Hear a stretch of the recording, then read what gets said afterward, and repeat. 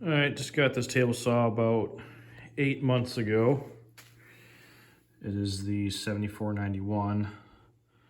When I originally ordered it, I thought that I was ordering the one with the fold-up legs with the wheels on it, but that's all right. This works pretty good. Eventually, this will go into a table that's going to have wheels on it anyway to make it my mobile workbench. But it's a 10-inch blade. I had to loosen the bolts on the bottom when I first got it to square everything up.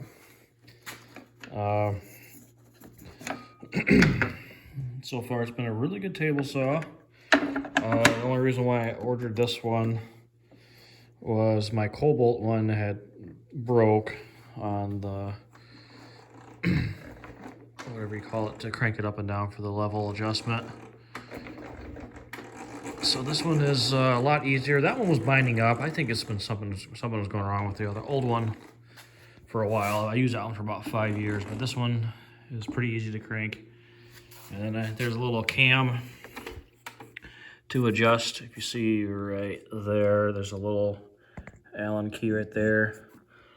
You gotta adjust that for your tilt to make it square because 0 was not 0.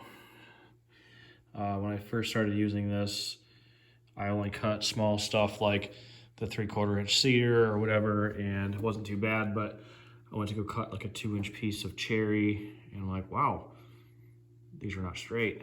So 0 is not 0, but it's all right though. It is squared up now. And then squared the fence up. These don't really lock anything down. It gives it slight tension. There's no adjustment on this, so it's kind of disappointing, but you tighten the little Allen key screws in there and you square this up, and then you unlock underneath. And easy enough. I'm a lefty, so most of my stuff I just learned to cut on the old saw. So most of my stuff is not that big to cut, so this will cut quite a bit to the left. And then obviously it'll cut 32 to the right. So if I absolutely have to cut something that big, I will switch it over to the other side. So other than that, it's a Dewalt, so you're gonna get pretty good product. Most of my stuff is slowly switching over to Dewalt from Rigid and other companies.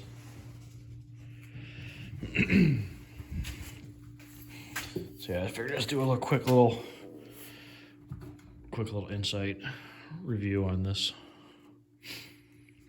I never had this bogged down like the old Cobalt I used to have. The Cobalt was a fold up with wheels, which was nice, but this has got a lot bigger tabletop on it. So I do put the saw down quite often. And I use this as a workbench to assemble whatever, put a towel down, whatever kind of wood I'm working on. So I gotta upgrade that planer someday as well. Rigid planer works pretty good, but 13-inch wide planer gets old real quick when you can't hardly fit everything you want through it.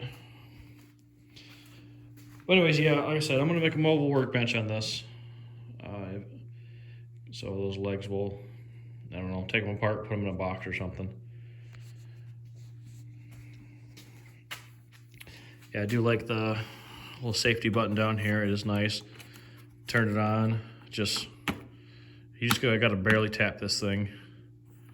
It shuts it off. So sometimes if I got my pusher over here, if I'm on the right side of the table saw, I'll go over and just like swing it and tap it to shut it off. So the only bad thing about this table saw being as much as it was $620 or whatever at the time is it is electric driven. It's not a belt driven. It's not affecting anything, but I figured for a higher end saw, kind of like the Rigid version is a belt driven in the same class. This is not. But other than that, yeah, I guess I can whip out something and cut something in half real quick. Let's see here.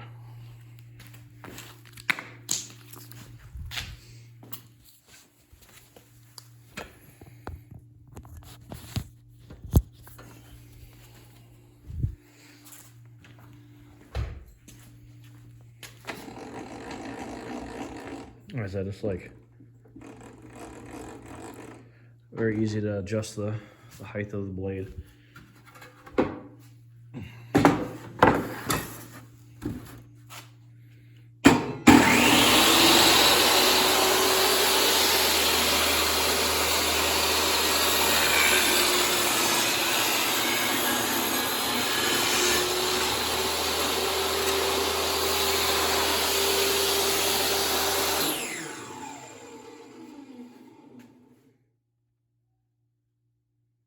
Yeah, that's it.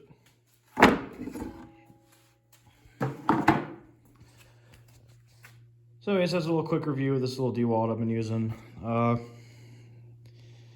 This is meant more for a job site to put in the back of a truck or wherever because of these rubber feet on the bottom. But it's definitely served its purpose, and I make all sorts of little small projects on this. So highly recommend. All right, later guys.